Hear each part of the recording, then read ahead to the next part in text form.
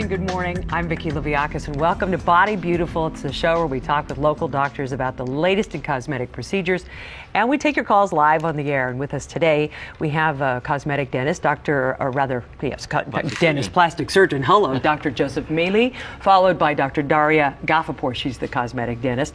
Later, we'll be taking your calls and emails with any questions you might have. Here's the phone number, 800-440-4884. We'll also be posting that phone number to the doctor's offices, so get your pen and paper ready for those.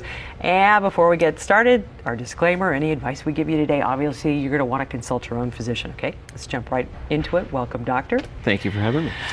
You know, we had a chance to chit chat a little bit off stage, and what I find just fascinating, you're plastic surgeon. You've done a lot: reconstructive, burn. What got you into this in the first place? Well, plastic surgery is a wide open area.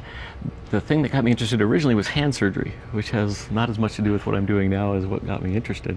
The place where I learned about hand surgery was up at UC Davis, and many of the surgeons doing that were either plastics or orthopedics, so I toyed with the two.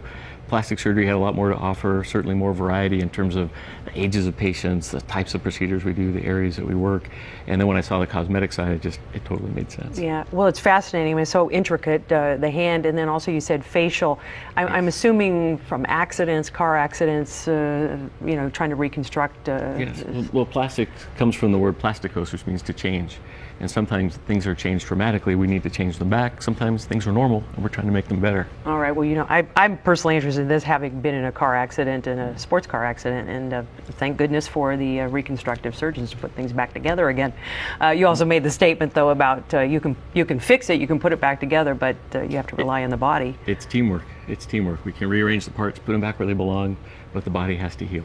All right. We are talking about beauty here. Now, a lot of people, are interested in this extreme makeover. I'm going to go ahead and jump right into that. A couple of procedures, is it possible to do more than one? Is it advisable to do more than one procedure? It certainly is possible. And there are several procedures that really are complementary. When you put them together, the results are better than the two parts separate. But when you start combining many procedures, it gets to the point of diminishing return, and it may even become unsafe. Yeah. For most of the things we do, the cosmetic surgeries, they're major surgery, they require anesthesia and require monitoring and such. And if we put them together, appropriately, it works very well. We have some footage of your office in Walnut Creek. Let's get a look here and explain what we're seeing here. I'm doing a consultation here with a computer. There are some procedures like rhinoplasty, chin augmentation, some of the facial stuff that actually it's very helpful to have a computer to simulate what can be done. And now we're showing some laser treatments. Laser is also very exciting. It's a tool that we use. I use it probably most frequently with my cosmetic procedures to decrease the color of a scar and make it go away faster, but it can also be used for pigmented lesions, for fine wrinkles, tattoo removal, many other things. And we actually, in previous shows, we've gotten a lot of calls about that, about scar tissue and the ability to kind of make it go away. So you're saying that lasers and tattooing... Lasers can enhance the appearance, especially if a scar remains red or it's red for a prolonged period of time. You can tune a laser to be absorbed by the hemoglobin in the blood, which makes the blood vessels go away and the color go away. Okay. Liposuction is a very popular surgery. What should people know before they launch into something like that? Well, liposuction, it's excellent at spot removal. It's excellent for removing areas that are just stubborn, that won't go away. The best patients are probably people who are already in shape.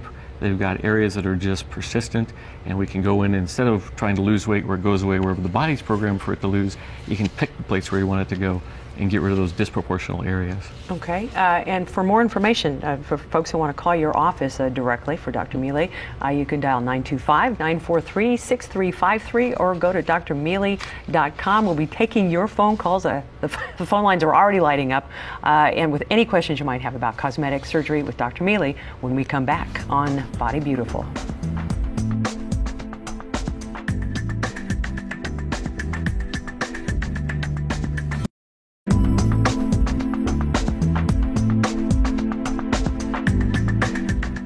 And welcome back to Body Beautiful. We're talking right now with Dr. Joseph Mealy. We'll be taking your calls, I promise, with any questions about cosmetic surgery. The phone number to call, 800-440-4884. We'll also be posting the number for the doctors as well during and at the end of each of these segments. So when you call Dr. Mealy's office and happen to mention Body Beautiful, you will receive a complimentary consultation. And remember, any advice we give you today, obviously, you're going to want to consult your very own physician, Dr. Mealy. You brought with you some before and after pictures, and Yes. I always want to get to those because it says so much. So let's go ahead and start getting a look at some of these pictures. The first one is liposuction. So it's a gentleman, obviously in good shape, has a persistent area on his belly, just wouldn't go away. And we're able to, with liposuction, choose those areas and reduce that, the bulge. And also... And there's the after.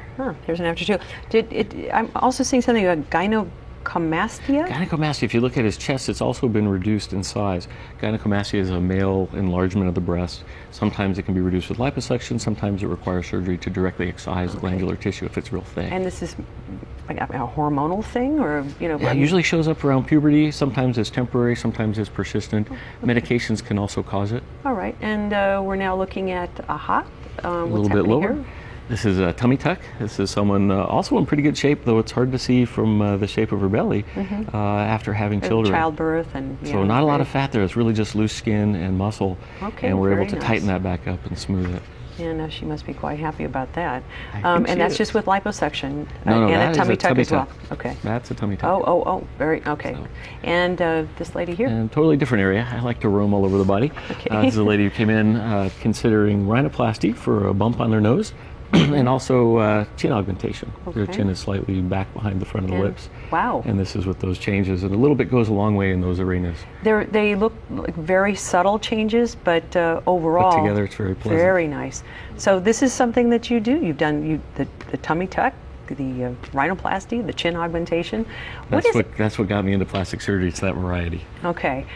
We've got an email here, and again, I want to get to these calls, so we may as well jump into this one. This one is from Tiffany in Walnut Creek in your backyard. I saw an ad for a permanent facial filler. Is this safe? Big question. Can you answer that, Doctor? That's a great question. The concept of permanent on a face doesn't make complete sense to me. Permanent fillers should be permanent and last forever.